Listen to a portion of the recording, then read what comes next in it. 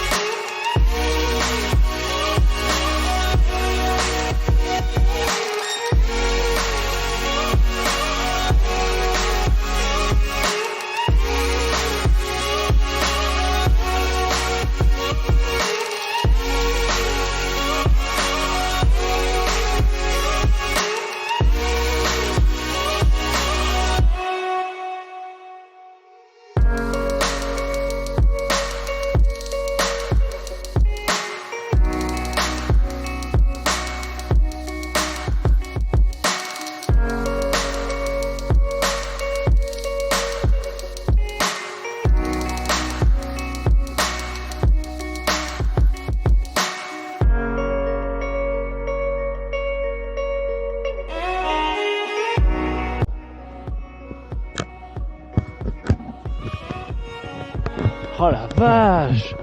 Ah la vache! C'est énorme! Ça va jusqu'au bout! Waouh! Waouh! Waouh!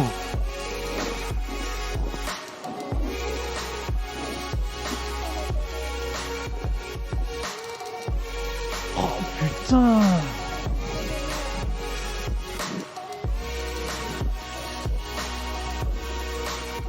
Oh la vache!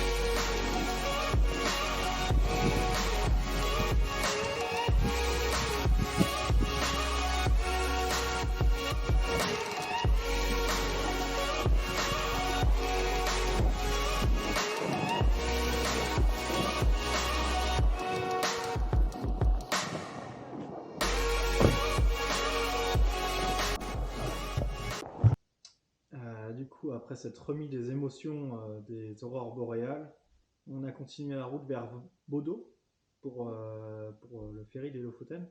Donc on y a été gentiment parce que finalement on n'était plus très loin.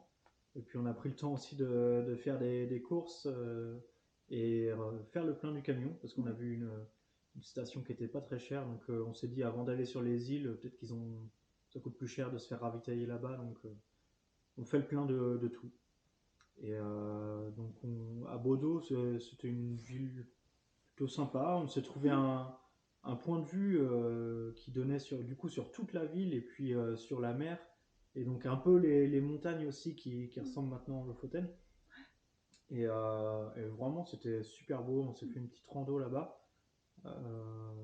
C'était très enneigé. Je dégage la route pour que Juliette passe. Parce que moi, je mets mon pantalon par-dessus les chaussures, donc ça va, j'ai pas de neige dans les bottes, mais parfois pour Juliette, ça passe un peu. Ouais. Mais super vue en tout cas. Et donc, du coup, le ferry, on s'y est pointé. 1 heure avant, on était large. Mais en fait, pas tant que ça, parce qu'à l'arrivée, il y avait beaucoup de monde. Et en gros, à 4 voitures près, on passait pas dans le convoi. Il ne restait plus grand chose en place quand on est monté dans le ferry. Ouais, c'était serré. Mais non, super ferry. Du coup, après, on est dans des cabines, t'as pas le droit de rester dans ton van. Et puis, ça a duré 3h30. Donc, ça secouait un peu. J'étais un petit peu. Bon, j'ai pas vomi mes tripes, mais j'étais un petit peu malade quand même. J'ai arrêté de lire et je me suis reposée. Ouais, les vagues tapaient un petit peu. Ouais. Après, la traversée était. Enfin, perso, j'ai trouvé plutôt rapide. Ouais, c'est passé vite. Bon, on a lu et puis un peu sur le téléphone. On essayait de mettre en ligne le journal de bord numéro 3 parce qu'il y avait la Wi-Fi dessus sur le ferry. Mais c'était une Wi-Fi de merde. Donc ça, c'était un peu la galère. Donc on n'avait pas réussi. On a entendu du français sur le ferry, mais on n'a pas été les voir. On n'était pas motivés ce soir-là. Fatigué. Ouais. Et donc on est arrivé vers 20h, je crois, sur les îles. Donc, directement, on s'est trouvé un spot. Assez rapidement, on n'a pas mis de temps à chercher. Et du coup, arrivé là-bas, la vue. Enfin, déjà de nuit, ça avait l'air d'être très beau. Donc on avait hâte d'être au lendemain. Moi, j'ai pris quelques photos de nuit pour essayer. Il y avait la lune qui éclairait le paysage en fait. Ouais, on voyait bien. Ouais. Et du coup, le lendemain matin, ça n'a pas loupé. C'était vraiment magnifique. D'un côté, tu avais la mer qui était assez calme.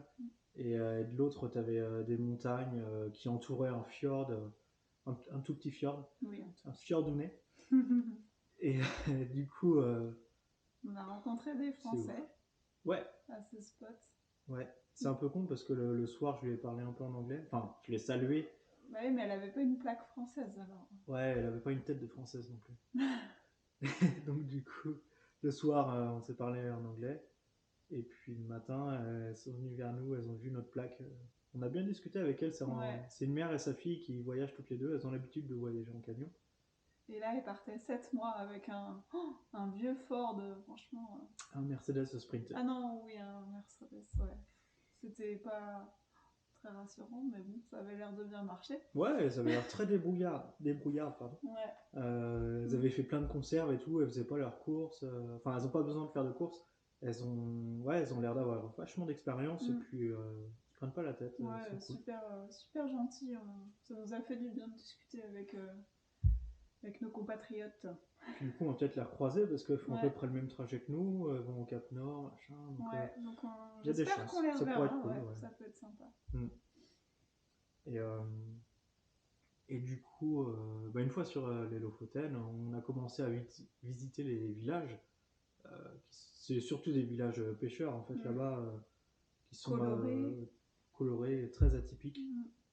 Enfin, c'est les petites maisons rouges, parfois un peu moutarde aussi. Et c'est marrant parce qu'on dirait que chaque quartier a sa couleur de maison. Parce que parfois il y a donc le quartier rouge, le quartier moutarde, il y a parfois des quartiers avec des maisons blanches. Et, mais sympa. c'est très joli, très propre, enfin ça a l'air entretenu. Et, mais par contre, ils ont pas l'air d'aimer beaucoup les touristes. Enfin, ils sont contents de les accueillir, mais il y a beaucoup de panneaux interdits partout. No camping, ouais. tout le temps. Je pense que l'été, ils doivent être envahis, enfin même l'intersaison. Et là, on s'est rendu compte aussi. On a vu des bus avec plein de gens dedans. Enfin, c'est pas le Mont-Saint-Michel, mais presque. Donc, ouais, il y a beaucoup de monde. Pour mars, on pensait être vraiment plus tranquille que ça. Ça roule, il y a beaucoup de monde. Ouais, et du coup, beaucoup de touristes avec des voitures de location et qui se mettent au fossé. Ouais. Alors, en fait, parce que du coup, il y a tellement de neige, tu vois pas la différence entre la route et la berme. Donc, il y a des petits poteaux rouges tout le long. Faut bien les suivre. Mais parfois, les routes sont pas très larges et des fois, il y a des poids lourds qui passent. Il faut se ranger pour. Donc, il faut se ranger parce que eux sont pas trop ils se bougent chauds. pas, ouais. C'est toi qui bouges, quoi. Exactement. Donc beaucoup de gens se font avoir et glissent dans la berme. Donc on en a vu, ouais. Là, en 4 jours qu'on est là, franchement, on a dû voir 4 fois la dépanneuse pour sortir les gens du fossé. Et il y a même un soir, on a vu carrément le coup se faire. C'était c'était juste devant. Un fourgon noir type Ducato, quoi. Qui s'est vraiment tout doucement mis dans la berme, mais vraiment, par contre, il était très penché. Il aurait vraiment pu s'allonger, je pense. Fallait pas aller plus loin. Ouais, c'était impressionnant. Puis du coup, on s'est arrêté, on voulait aller voir si tout allait bien. Je me suis dit, j'ai un 4 roues motrices, je vais le tracter. Mais bon. En fait, quand on a vu de près, c'était pas possible, quoi. C'était trop. Puis t'avais tout le moteur qui touchait la neige. Ouais, c'était vraiment bien écrasé. Et en parlant avec eux, en fait, c'était des Français. Ouais, encore des Français. Et du coup, il y avait un autre camion aussi qui s'était arrêté pour leur filer un coup de main. Et c'était les Français aussi, donc on s'est retrouvés à 6. Et 6 Français, on a discuté ensemble. Et, du coup, on est resté avec eux pour attendre la dépanneuse. Il faisait froid ce soir-là, mais bon, on s'est dit, allez, on va les soutenir. Ça caillait beaucoup quand même. Il devait faire moins 10 peut-être. Ouais. Et du coup, on était à discuter dehors. Je pense qu'on a dû discuter au moins 1 heure. Ouais. La dépanneuse a mis un peu de temps à arriver, mais, mais du coup, c'était vraiment cool de partager les expériences. Et du coup, le couple français, pas ceux qui étaient au fossé, ceux qui étaient arrêtés, ils étaient en Renault Trafic et ils voyageaient, mais ils n'avaient pas de chauffage dans leur camion. Donc là, on s'est dit, mais c'est des grands malades, parce que nous, le camion qui gèle le matin et tout, c'est chaud, tu te lèves, il fait 3 degrés dans ton camion. Ouais, là, c'est l'aventure. On l'a fait 2-3 fois, mais eux, ça fait 1 mois qu'ils se tapent ça. Ouais. Et du coup, eux, ils partaient pour 1 mois en tout. Ils étaient en mode go fast, mais... ouais, ça va, non, ils ont bien profité, ils avaient l'air heureux. Mais ouais, Et du coup, ceux qui étaient au fossé, c'était 2 potes, on suppose. On n'a pas demandé si c'était en couple. Bref, on s'en fout. Donc deux mecs avec un Fiat Ducato tout aménagé qu'ils avaient loué sur place. Parce qu'ils sont venus en train depuis Lyon. Ils sont venus en train jusqu'à Narvik, qui est à 300 km d'ici. Vous pourrez regarder sur Google Maps. Et ensuite, du coup, ils ont loué le camion et ça faisait 10 jours qu'ils étaient là. Et ils devaient rendre la loc à la fin de la semaine, là, je crois. Mais ils n'étaient pas plus stressés que ça. Ils ont mis le camion fossé, mais pas inquiets. Donc tout s'est bien déroulé pour eux. La dépanneuse a réussi à les sortir. J'étais impressionné. En fait. Le gars a l'habitude. C'était une petite voiture de rien du tout, et tu te dis, c'est ça qui va sortir. Ouais. En fait, avec un treuil, il a réussi à retirer le camion. C'est un truc Easy, de fou. en 2 minutes. Bon, le mec, il fait ça 15 fois par jour. Oui, oui, puisqu'on l'a vu plusieurs fois. Ouais. Donc voilà, c'était sympa ces rencontres. Ouais, une bonne petite soirée. Donc ils nous ont conseillé, parce qu'eux, ils venaient du nord, et là où on va. Ouais. Donc ils nous ont donné des petits spots, des petits campings, des choses à voir. Donc on les a écoutés, on était le soir, on était sur une plage, on s'est garé pour dormir. Très sympa. Très bien. Très beau. Et donc le lendemain, on a fait une grosse rando pour aller voir la plage. Je vais donner le nom comme on l'appelle, c'est la plage de la Baleine, apparemment il l'appelle comme ça. Je crois que c'est Clavica, un truc comme ça, le vrai nom. Et du coup, super rando. On a eu un temps en plus très très beau. On était chanceux, il faisait un grand soleil toute la journée. Et on a fait à peu près, je pense, nous on n'a pas payé le parking, on s'est garé plus loin, donc on a dû faire 10 km je pense. Et franchement, c'était très facile en plus, mis à part le petit... il y a eu un passage très compliqué, ouais. C'était verglacé. Bon, c'était pire que verglacé, hein. C'était une patinoire, et c'était en descente. Et du coup, il y avait à moitié c'était presque du vide hein, à côté. C'était pas hyper safe. Et du coup, on était à quatre pattes pour passer ce passage. Et moi, avec mes problèmes de vertige, j'étais dans une position mais tellement ridicule. J'étais allongée contre le sol pour pas tomber dans le vide. C'est là qu'on s'est dit que mettre des chaînes sur nos chaussures, parce qu'il y a des gens qui ont ça, soit des chaînes ou alors des petits pics. Des clous, ouais. Des clous. Et ils ont passé ça les doigts dans le nez. Donc on va peut-être investir. On va voir sur Feu d'autres rando. Mais la vue était magnifique. Super beau temps. On a mangé sur place, mais faut pas s'arrêter plus de 20 minutes parce qu'après t'as froid, vraiment très froid aux mains. J'ai réussi à manger qu'un sandwich et après j'ai remis mes moufles. Ouais. Et puis le soir, on s'est trouvé un spot en bord de mer où j'ai retenté de pêcher. Et ça se passait bien au départ. Ça mordait, hein, vraiment. Il y avait du monde au bout du fil. Sauf que un peu trop de monde peut-être, ou je sais pas, ça devait être un petit requin, je pense. Non, mais, ou des grosses algues. Des grosses algues. Peut-être que c'était des algues, mais le fil il partait, donc je pense pas. Mais du coup, le fil est parti définitivement, quoi. J'ai perdu mon bouchon et mon petit leurre.